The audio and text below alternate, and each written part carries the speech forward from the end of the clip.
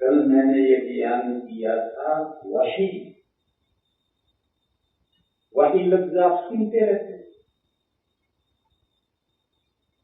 مگر معنی بہت کم لوگ جانتے ہیں وحی تو گول تو مطلب سبھی جانتے ہیں، سبھی مسلمان جانتے ہیں وہی ڈیٹیل کے ساتھ معنی مفہوم نہیں جانتے تھے.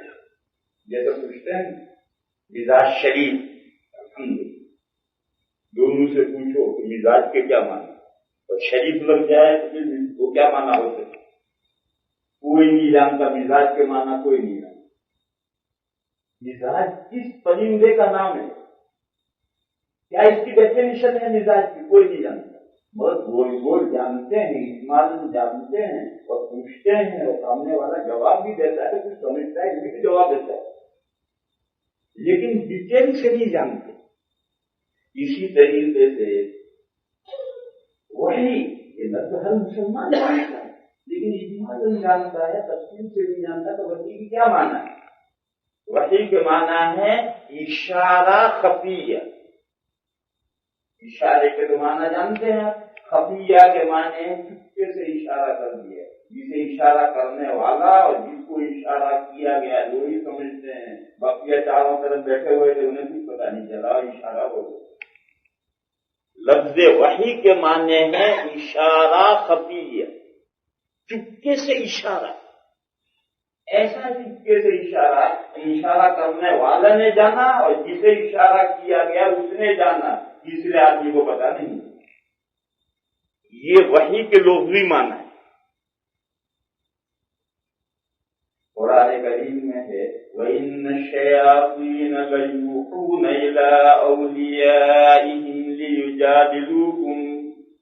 فرمایا یہ شیاطین، شیطان، یہ شیاطین اپنے دوستوں کو، اپنے فرینڈز کو چپکے سے اشارے کرتے ہیں تاکہ وہ تمہارے ساتھ جھگڑا کریں.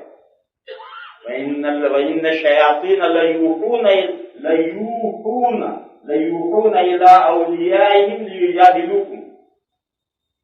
شیاطین کے فرینڈز کون؟ یہ کفار.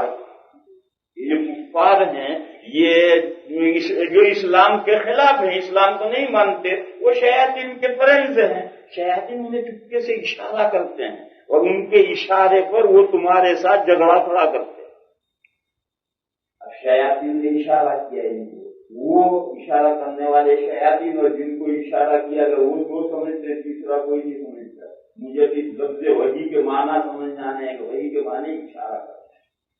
اللہ جل شانہ و عم نوالہ کے طرف سے جو نبیوں کو اشارے پہنچتے ہیں، اشارے ہوتے ہیں، ان کو اصطلاح میں وحی کہتے ہیں. اسے اللہ اور اللہ نے جس فرشتے کو بھیجا ہے وہ اور نبی یہ جانتے ہیں. مجلس میں صحابہ کے بیچ میں حضور تشریف فرما ہوتے تھے اور حضور پر وحی نازل ہوتی تھی، حضور وحی کے آثار ختم ہوتے تھے، صحابہ کو وہ وحی پڑھ کر سناتے تھے. باقی جو مجلس میں بیٹھے ہوئے ہیں انہیں کچھ نہیں پتا ہے. وحی کے معنی اشارہ خفیہ جو اللہ کی طرف سے نبی کو ہوتا ہے، اور اللہ اور نبی دو ہی جانتے ہیں، یہ وحی ہے. یہ جو اللہ کی طرف سے وحی آتی ہے اس کی دو قسمیں ہیں، وحی مطلوع اور غیر مطلوع.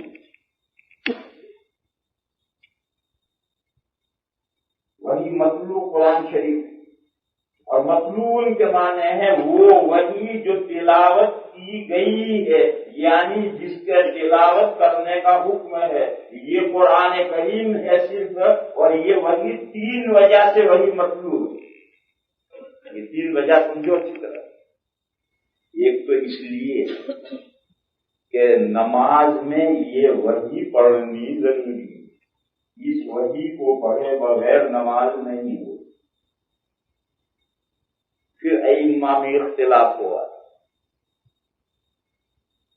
امام مالک، امام شافعی، امام احمد رحمہ اللہ یہ فرماتے ہیں کہ الحمد شریف پڑھنا ہر رکعت میں پڑھ لے.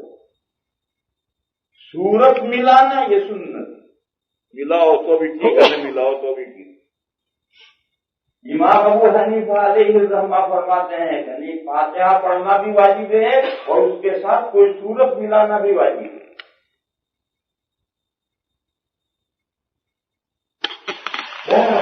قرآن کریم پڑھے بغیر تین ائمہ کے یہاں فاتحہ پڑھے بغیر، سورت پڑھے بغیر نماز ہو جائے گی، ان کے یہاں فاتحہ پڑھے بغیر نہیں۔ امام ابو حنیفہ علیہ الرحمہ کے یہاں فاتحہ اور سورت دونوں پڑھے بغیر نماز نہیں ہوگی۔ نماز میں اس وحی کی تلاوت ضروری ہے۔ آپ حدیث نماز میں پڑھیں، حدیث پڑھنے سے نماز نہیں ہوگی۔ قرآن ہی پڑھنا ضروری ہے اور قرآن پڑھے بغیر نماز نہیں ہوگی۔ اس اعتبار سے قرآن کریم کو وحی مطلوب ہے۔ دوسری وجہ، مومن، ہر مومن کو یہ حکم ہے کہ 24 گھنٹے میں قرآن کریم کا کچھ نہ کچھ حصہ ضرور تلاوت کرے۔ حافظ ہو زبانی کر دے، حافظ نہ ہو ناظرہ پڑھ کر کے قرآن شریف کھول کر پڑھے، قرآن کریم کی کچھ نہ کچھ مقدار تلاوت ضرور کرنی چاہیے۔ اور میرے بھائیوں، یہ رمضان مبارک ہے، یہ مبارک مہینہ ہے۔ اس مہینے کے روزے اور تراویحاں مسنون اور فرض اسی لیے کی گئی ہیں کہ اس مہینے میں قرآن نازل ہوا ہے۔ شہر رمضان الذی انزل فیہ القرآن، کیونکہ اس مہینے میں قرآن نازل ہوا ہے اس لیے روزے اور تراویحاں رکھی۔ لہذا اس مہینے میں تو سب سے بہتر عبادت قرآن کریم کی تلاوت۔ بھائی ہمارے گاڑی میں کیسٹ، انہوں نے کیسٹ لگایا اور قرآن سن رہے ہیں، گھر میں ٹیپ ریکارڈ ہے، کیسٹ چڑھا ہے اور سن رہے ہیں۔ یہ برا نہیں کر رہے، اچھا کر رہے ہیں، لیکن سارا اچھا کام یہی نہیں ہے۔ سننا یہ دوسرے درجے کا ثواب کا کام ہے، اور خود پڑھنے کا جو اثر اپنے دل پر پڑتا ہے اور اپنے ماحول پر پڑتا ہے وہ صرف سننے کا اثر مرتب نہیں ہوتا۔ لہذا کبھی کبھی سنو کو حرج نہیں، لیکن اصل مطلوب ہے خود پڑھنا۔ لہذا میرے بھائیوں، اس مہینے میں زیادہ سے زیادہ قرآن کریم پڑھو، اپنے گھر والوں کو بھی لگاؤ، بچوں کو، بیوی کو، سب کو اس لائن میں لگاؤ، اور قرآن کریم کی تلاوتیں اس مہینے میں ہونی چاہیے۔ اور اسی مہینے میں نہیں، مومن کی زندگی کے ہر رات اور ہر دن میں تلاوت ہونی چاہیے۔ تو قرآن کی تلاوت، حدیثوں کی تلاوت کا حکم نہیں، اس لیے وہی مطلوب ہے، وہ وہی جس کی تلاوت کی جاتی ہے وہ یہ وہی۔ اور تیسری وجہ میں نے کل بتائی، وہ یہ ہے کہ یہ وحی جو قرآن کریم کی ہے اس میں نبی کا کوئی دخل نہیں۔ اللہ کے یہاں سے جبرائیل کے ذریعے سے یہ وحی حضور کو پہنچتی ہے، بے ہی نہیں۔ یہ جو قرآن کریم میں الفاظ ہیں، انہی لفظوں کے ساتھ وحی پہنچتی ہے، اور اللہ کا رسول جبرائیل سے یہ وحی لے کر یاد کر کے خود بخود یاد ہو جاتی ہے، یاد نہیں کرنی پڑتی حضور کو، سنتے ہی خود بخود یاد ہو جاتی ہے۔ اور جب وحی بند ہو جاتی ہے، فرشتہ چلا جاتا ہے، تو جو صحابہ موجود ہوتے ہیں ان کو حضور وہ وحی پڑھ کر سناتے ہیں اور صحیفوں میں اسے لکھوا دیتے ہیں۔ تو امت کے سامنے یہ حضور تلاوت کرتے ہیں، تو یہ قرآن حضور کا ہمارے سامنے تلاوت کیا ہوا ہے۔ ہم نے اللہ سے نہیں سنا یہ کلام، ہم نے حضرت جبرائیل سے یہ کلام نہیں سنا۔ پھر ہمیں اللہ کا یہ کلام کس نے سنایا؟ اللہ کے رسول حضرت محمد مصطفیٰ صلی اللہ تعالی علیہ وسلم نے اللہ کی طرف سے پڑھ کر ہمیں سنایا ہے، حضور کا کلام نہیں۔ تو تیسرے معنی مطلوب ان کے یہ ہیں، اور میں نے کل بتایا تھا کہ حضور کی نبی ہونے کی حیثیت سے جو 4 ذمہ داریاں ہیں، انہیں سب سے پہلی ذمہ داری ہی یتلو علیہم آیاتہ، پیغمبر لوگوں کے سامنے ہمارے اللہ کی آیتیں پڑھ کر سناتے۔ یہاں یاد رکھنے کی بات یہ ہے کہ نبی کے اس قرآن میں نبی کے 2 دخل ہیں۔ میں نے جو کہا تھا کہ نبی کا کوئی دخل نہیں، اس کا مطلب یہ کہ اس کے لفظوں میں کوئی دخل نہیں۔ اس قرآن میں جہاں جہاں آیتیں ہیں ان آیتوں میں نبی کا کوئی دخل نہیں، وہ آیتیں حضرت جبرائیل نے بتلائی ہیں کہ یہاں آیت ہے، یہاں آیت ہے، یہاں آیت ہے۔ باقی حضور کے 2 دخل ہیں۔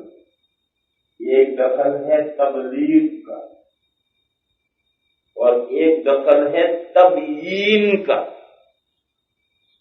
قرآن کریم میں ہے یا ایھا الرسول بلغ ما انزل الیک، اے پیغمبر جو وحی آپ کی طرف ڈالی گئی ہے اس کو پہنچائیے لوگوں کو، سنو یہ وحی پہنچائیے۔ تو تبلیغ کا دخل ہے، اور تبلیغ پہنچانا کس کو ہے؟ ہر انسان تک پہنچانا۔ ایسا نہیں ہے کہ مسلمانوں تک ہی پہنچانا ہے، یہ صحیح نہیں، اور ایسا بھی نہیں ہے کہ غیر مسلموں تک ہی پہنچانا ہے، نہ یہ بات صحیح ہے نہ بات صحیح ہے۔ جو نہیں جانتا اس تک پہنچانا ہے، مسلمان نہیں جانتا اس تک دین پہنچانا، یہ بھی تبلیغ ہے۔ اور جو غیر مسلم دین نہیں جانتا اس تک پہنچانا، یہ بھی تبلیغ ہے۔ حضور کے زمانے میں جب وحی نازل ہوتی تھی تو مسجد نبوی میں جو صحابہ ہوتے تھے ان کو نیا قرآن سنا دیا جاتا تھا، جو حلقے بنتے تھے اور وہ یاد کرتے، پھر یہاں سے اٹھتے تھے اور سارے مدینہ میں یہ نیا قرآن صحابہ پہنچاتے تھے۔ مدینہ میں حضور کے زمانے میں مسجد نبوی کے علاوہ 9 مسجدیں اور وہ 9 مسجدیں تو محلوں میں تھی، اور مسجد نبوی تو شہر سے باہر ایک طرف سائڈ پر تھی۔ تو زیادہ تر نمازی تو ان محلوں کی مسجدوں میں ہیں۔ اب یہ جو نیا قرآن نازل ہوا وہ ان تک پہنچانا ہے، ان کو کون پہنچائے گا؟ یہ جو حضور کی مسجد میں صحابہ تھے اور انہوں نے نماز کے بعد وہی سن کر کے حلقے بنا کر کے یاد کر کے نکلے ہیں، یہ تمام صحابہ تک پہنچائیں گے۔ بخاری میں روایت ہے بلغوا عنی ولو آیۃ، میری طرف سے پہنچاؤ چاہے ایک آیت بھی یاد ہوئی پہنچاؤ۔ اب ظاہر ہے کہ یہ آیتیں کن کو پہنچائی جا رہی ہیں؟ مدینہ کے دوسرے مسلمانوں کو پہنچائی جا رہی ہیں، اور اس کے لیے حضور فرمایا بلغوا تبلیغ سے۔ لہذا ان مسلمانوں تک جو دین سے نا واقف ہیں، بے خبر ہیں، دین کی موٹی موٹی باتوں سے بھی بیچارے نہیں جانتے ہیں، ان تک دین پہنچانا یہ بھی تبلیغ۔ اور وہ اللہ کے بندے کہ جو سرے سے دین اسلام ہی کو نہیں جانتے ہیں یا نہیں مانتے ہیں، ان کو بلانا اور دعوت دینا یہ بھی تبلیغ۔ بعض لوگ یہ سمجھتے ہیں کہ مسلمانوں ہی کو دین پہنچانا تبلیغ ہے، یہ غلط۔ بعض لوگ ایسا خیال کرتے ہیں کہ غیر مسلموں ہی کو دین پہنچانا یہ تبلیغ ہے، یہ بھی غلط۔ تبلیغ لفظ عام ہے، جو بھی دین نہیں جانتا اس تک دین پہنچا۔ پھر ایک دوسرا لفظ ہے دعوت کے معنی بلانا، کالنگ۔ ادعو الی سبیل ربک، بلا تو تیرے پروردگار کے راستے کی طرف، یہ بھی لفظ عام ہے۔ مسلمان دین سے دور ہو گئے ہیں، ان کو دین کی طرف بلانا یہ دعوت۔ جو اللہ کے بندے اسلام کو مانتے ہی نہیں ان کو بلانا یہ بھی دعوت۔ تبلیغ بھی عام لفظ ہے، دعوت بھی عام لفظ ہے، لیکن پھر اس کا استعمال جو ہے تبلیغ مسلمانوں کے درمیان میں کام کرنے کے لیے تبلیغ کا لفظ بولا جاتا ہے، اور اسلام سے جو باہر ہیں ان کو دین کی طرف بلانے کے لیے دعوت کا لفظ استعمال ہو، اور کبھی دعوت کا لفظ ملا کر بھی لفظ استعمال کرتے۔ تو بہرحال یہ لفظ کی ساخت ہے۔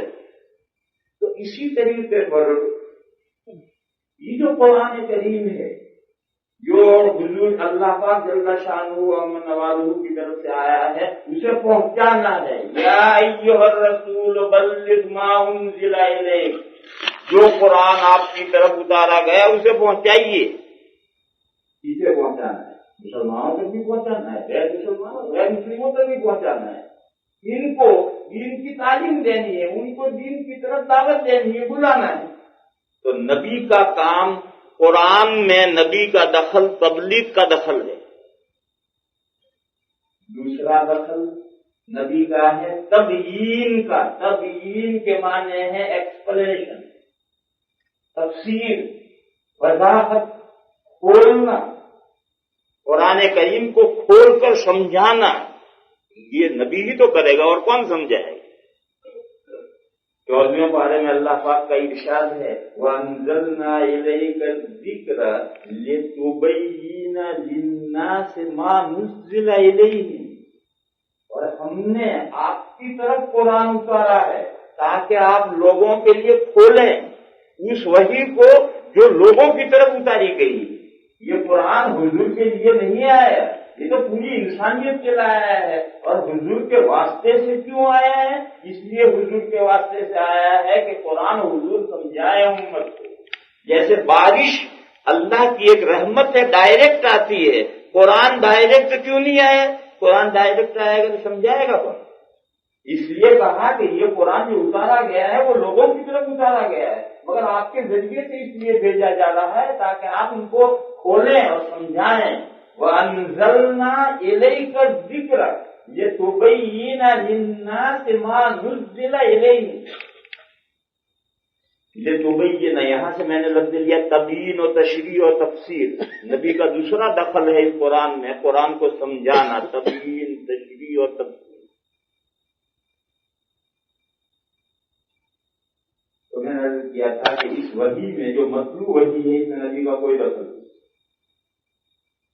مگر دو دخل ہیں، تبلیغ اور تبیین میں۔ تبلیغ میں کوئی نئی تیسری چیز وجود میں نہیں آئے گی، اللہ کے نبی نے یہ قرآن لوگوں تک پہنچایا تو نئی چیز کوئی وجود میں نہیں آئی۔ اگر نئی چیز وجود میں آئی تو ایک آدمی نے اسلام قبول کیا، ایک مسلمان وجود میں آیا، کوئی نئی بات وجود میں نہیں آئی۔ لیکن جب تبیین و تشریح ہوگی، اللہ کا نبی کسی آیت کریمہ کو سمجھائے گا تو سمجھانے سے ایک چیز وجود میں آئے گی، وہ جو چیز وجود میں آئے گی اسی کا نام حدیث شریف۔ نبی کی تبیین و تشریح ہی کا نام حدیث شریف ہے، اور یہ جو چیز حدیث شریف وجود میں آئی اسی کا نام ہے وحی غیر مطلوب۔ یہ غیر مطلوب، یہ بھی تین وجہ سے غیر مطلوب ہے۔ نماز میں نہیں پڑھی جائے گی، نماز میں پڑھو گے حدیث نماز نہیں ہوگی۔ روزانہ صبح اٹھ کر تلاوت کرنا حدیثوں کا، اس کا حکم بھی نہیں ہے اور امت میں معمول بھی نہیں۔ اور یہ جو حدیثیں ہیں یہ نبی نے امت کے سامنے تلاوتیں نہیں کی بلکہ نبی نے فرمایا ہے، اللہ کے نبی نے یہ ارشادات فرمائے ہیں کہ دیکھو اس کا یہ مطلب ہے، دیکھو یہ بات ہے، دیکھو یہ بات ہے۔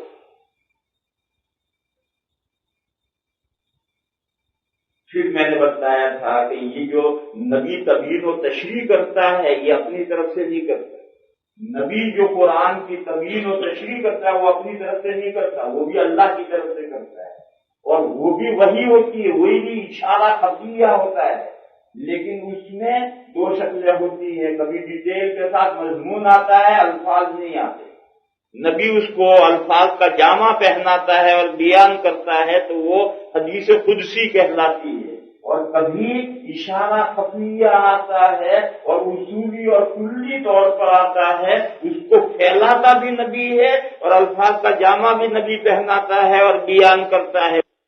دو شکلیں ہوتی ہیں، کبھی ڈیٹیل کے ساتھ مضمون آتا ہے، الفاظ نہیں آتے، نبی اس کو الفاظ کا جامع پہناتا ہے اور بیان کرتا ہے تو وہ حدیث قدسی کہلاتی ہے، اور کبھی اشارہ خفیہ آتا ہے اور اصولی اور کلی طور پر آتا ہے، اس کو پھیلاتا بھی نبی ہے اور الفاظ کا جامع بھی نبی پہناتا ہے اور بیان کرتا ہے، وہ احادیث نبویہ ہوتی ہے۔ یہ جتنی حدیثیں ہیں، چاہے احادیث قدسیہ ہوں یا احادیث نبویہ ہوں، یہ سب بھی وہی ہیں، مگر یہ وہی کی دوسری قسم ہے۔ باقی پیغمبر اپنی طرف سے کچھ نہیں کہتا، وَمَا يَنْطِقُ عَنِ الْهَوَىٰ إِنْ هُوَ إِلَّا وَحْيٌ يُوحَىٰ۔ حضور پاک صلی اللہ تعالی علیہ وسلم دین کے تعلق سے جو کچھ ارشاد فرماتے ہیں وہ اپنی خواہش نفس سے کوئی بات ارشاد نہیں فرماتے ہیں، وہ ہر بات جو دین کے تعلق سے حضور بیان کرتے ہیں اللہ فرماتے ہیں کہ وہ ان کی طرف وحی کی گئی۔ لہذا یہ احادیث شریفہ بھی تو وہی ہے، مگر وہی کی دوسری یہ وہ مضمون تھا جو کل بیان باقی رہ گیا تھا، اسے میں نے پورا کیا، اور جو آیت کریمہ میں نے ابھی پڑھی تھی ان سے کچھ سمجھاؤں گا۔ اب میرا خیال ہے کہ آپ سمجھ گئے ہوں گے، اور زیادہ انداز میں کھا لیتا ہے تو پیٹ ٹھیک جاتا ہے، اسے زیادہ نہیں کھانا چاہیے، وہ آپ سے بتاوا